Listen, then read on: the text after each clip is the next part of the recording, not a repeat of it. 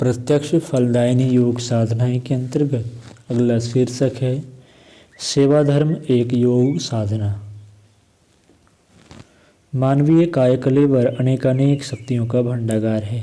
प्रायः वह प्रसुप्त स्थिति में पड़ी रहती है। बीज के अंदर एक समूचा वृक्ष अपनी समस्त विशेषताओं के साथ छिपा पड़ा रहता है, पर वह प्रकट तभी होता है जब उसे भूमि, खाद, पानी का सहयोग मिले। इसी प्रकार व्यक्ति के अंतराल में छिपी हुई विशेषताओं को भरने के लिए उस कुछ विशेष प्रयत्नों की आधार अवलंबनों की आवश्यकता होती है, जो इस दिशा में प्रयत्नशील रहते और उभार परिष्कार में सफलता प्राप्त करते हैं। उन्हें महामानव स्तर तक पहुंचने का अवसर उपलब्ध होता है। वे ऐसे ऐतिहासिक बन सकने योग्य कार्य भी कर सकते हैं जो सामान्य जनों को अलौकिक आश्चर्यजनक जैसा प्रतीत होता है। प्रसुप्त को जागृत करना ही महान पुरुषार्थ है। इसी के लिए अनेकानेक साधनाओं का आश्रय लिया जाता है। योग साधनाओं की विविध परंपराओं का सृजन इसी निमित्त हुआ है। उनमें अनेकता विविधता देखते हुए भी किसी को विभ्रम में नहीं पड़ना चाहिए। जिस प्रकार विभिन्न क्षेत्रों के आहार, पोशाक, भाषा, परंपरा एवं विनोद क्रम में अंतर पाया जाता है, उसी प्रकार यदि अध्यात्म साधनाओं में अंतर पाया जाता है तो इसमें किसी को भी आश्चर्य नहीं करना चाहिए और भ्रम में नहीं पड़ना चाहिए। वे सभी उपयोगी हैं। लक्ष्य सभी का एक है, आत्म परिष्कार। वह जिस सीमा तक पूरा हो जाता है उसी क्रम से गुण कर्म स्वभाव में उत्कृष्टता का समावेश होता है। इस प्रकार परिपुष्ट हुआ व्यक्ति अपने में सामान्य जनों की अपेक्षा प्रतिभा, प्रामाणिकता, सुव्यवस्था और तत्परता की मात्रा कहीं अधिक बढ़ी चढ़ी देखता है। यही रिद्धि सिद्धियों का बीज है। इसके पल्लवित होने पर सामान्य स्थिति में जन्मे पले लोग भी उन्नति के उच्च शिखर तक जा पहुँचते हैं, ऐसे काम कर दिखाते हैं जिन्हें अभिवंदनीय, अनुकरणीय कहा जा सके। इसी प्रगति क्रम के साथ साथ आत्मसंतोष और लोक सम्मान उपलब्ध होता चलता है। जन सहयोग की भी कमी नहीं रहती। स्पष्ट है कि एकाकी व्यक्ति किसी प्रकार मनुष्यों की तरह निर्वाह भर कर सकता है।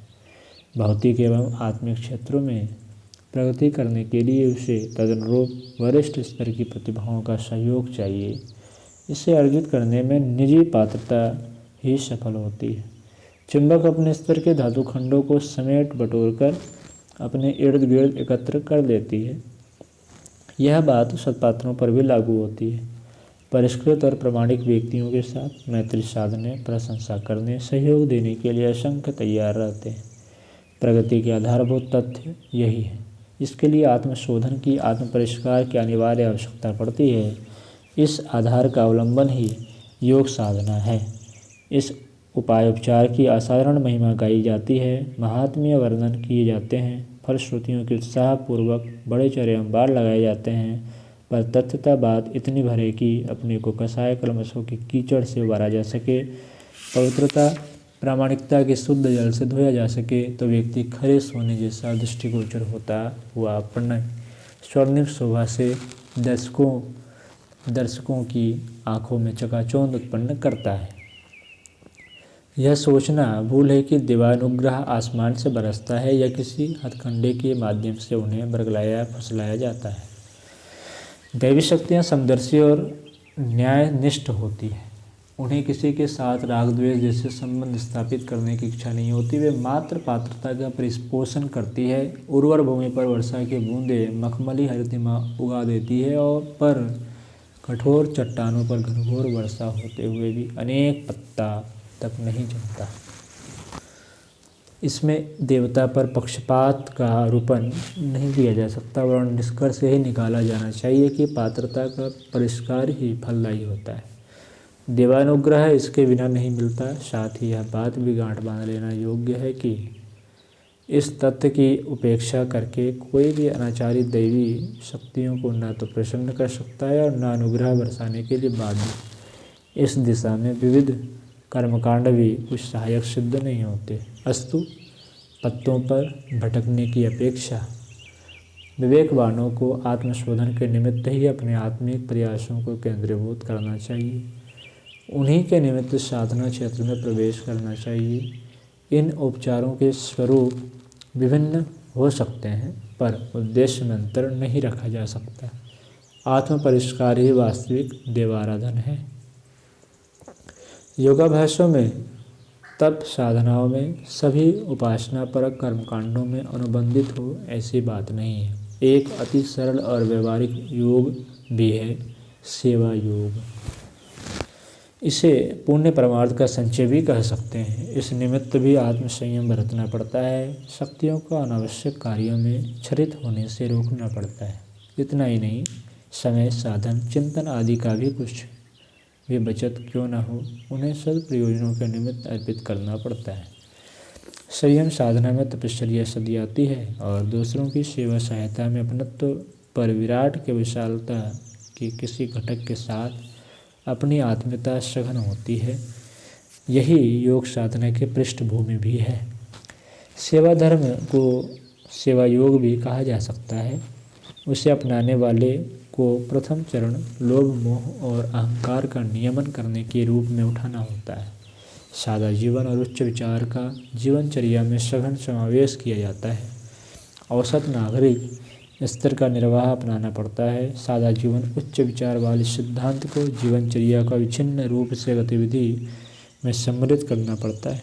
इतना बन पड़ने पर आत्मिक प्रगति के मार्ग में और कोई बड़ा अवरोध आड़े नहीं आता।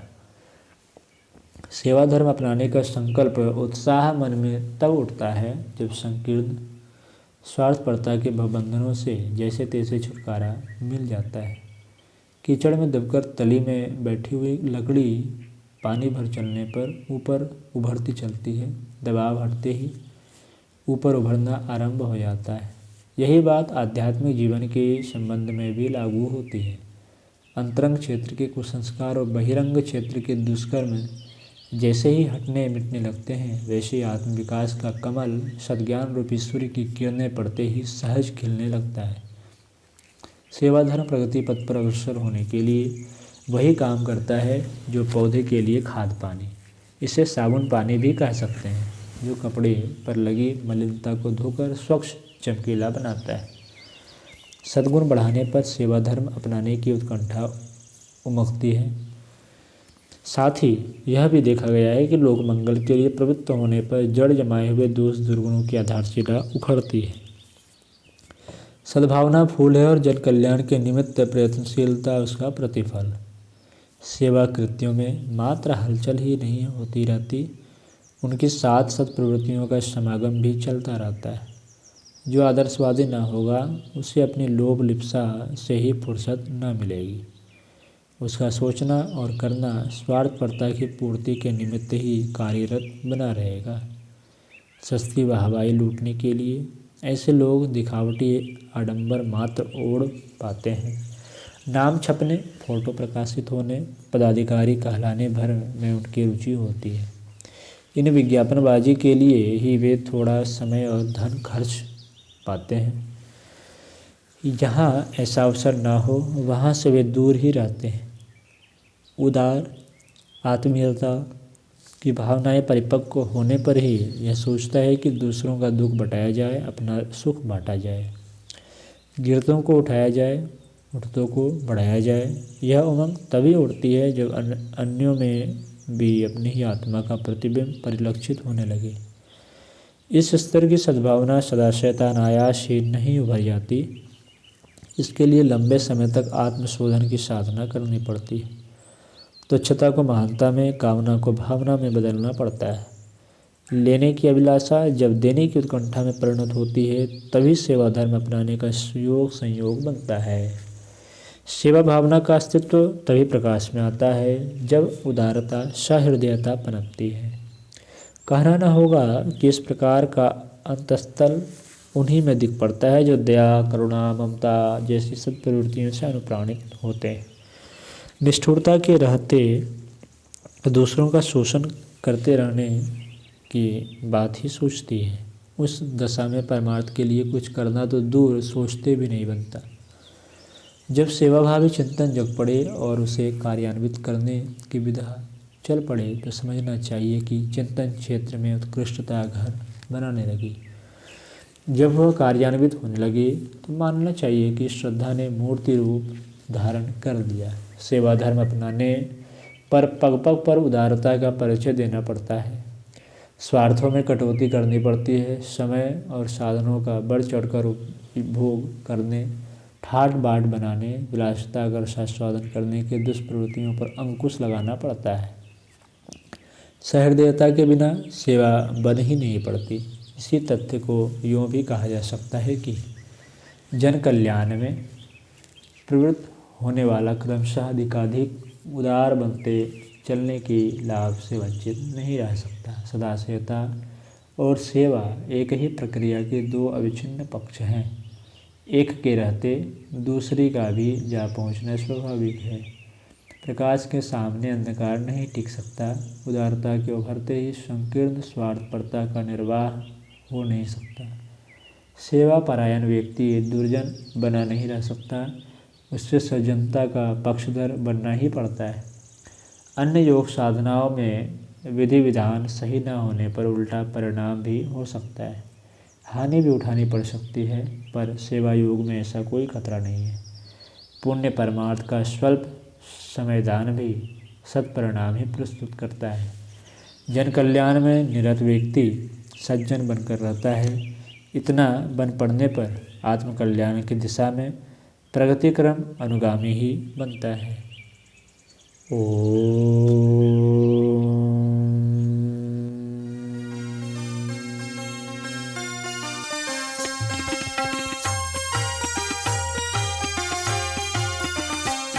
चलो गुरुदेव के सपने सजाने की शपथ ले ली। चलो गुरुदेव के सपने सजाने